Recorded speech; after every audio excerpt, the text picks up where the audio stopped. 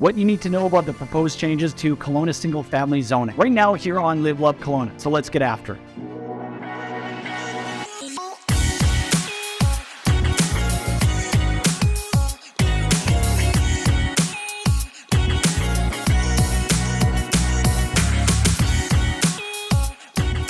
Having lived in Calgary for 18 years and in real estate for 14 of those 18, I saw a lot of shifts taking place in the housing market. Probably the biggest shift fundamentally was embracing the idea of growing up and not out. The idea was to try and control urban sprawl by adjusting bylaws to allow for carriage homes, secondary suites, and infills being built on larger lots. It looks like Kelowna is going to embrace this ideology as well, but mostly for different reasons. It is in part to control urban sprawl. I mean, realistically, our geography already kind of controls that. It's not like there's endless prairie to build in. Mountains and lakes kind of restrict the option for sprawl. So city planners are looking for different ways to increase density and affordable housing opportunities.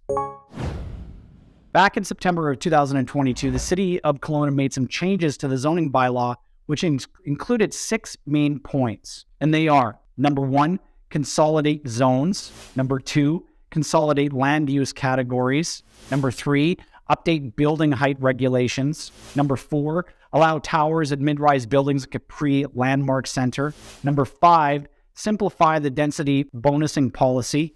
And number 6, provide a more streamlined, modernized, and user-friendly policy. As you can see from this infographic, the city has made some fairly significant changes to how different zones in the city are classified. One of the changes here will have a direct effect on residents living in Rutland, Glenmore, and the central part of the city. So think Kelowna North and Kelowna South. Now this quote is direct from that infographic, and it reads, with respect to density, sensitive infill in residential areas and greater densification within urban centers and along transit corridors are being expanded in the new bylaw. Also, according to the city's housing policy manager, James Moore, this kind of initiative is going to mean that we see more construction around us. We're going to be seeing carriage houses coming up and second houses coming up. And the plan is to open up the regulations so that these changes can happen without the risk, delay, and expense for property owners to go through the rezoning process. Okay, so here's how I read this. There will be more secondary suites. There will be more carriage houses. And there will be more infills, which will include duplexes and potentially fourplexes and maybe even sixplexes. There may even be secondary homes on the same lot as the primary home. This will all lead to greater density, putting further stress on infrastructure that is already stressed to the max.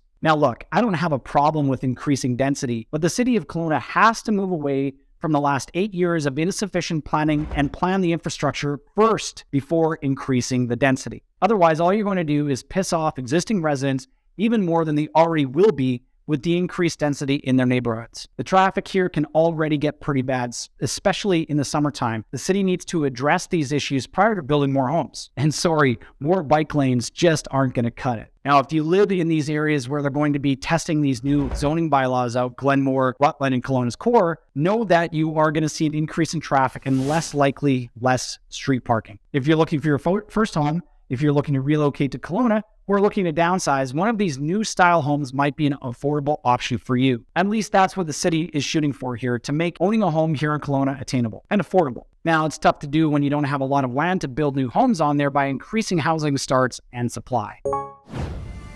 Okay, that's all I've got for you.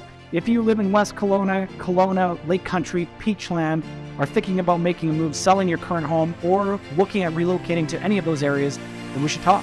Give me a call at 778-716-7527, or you can shoot me an email, kelly@kellyscar.com. All right, we'll see you on the next video.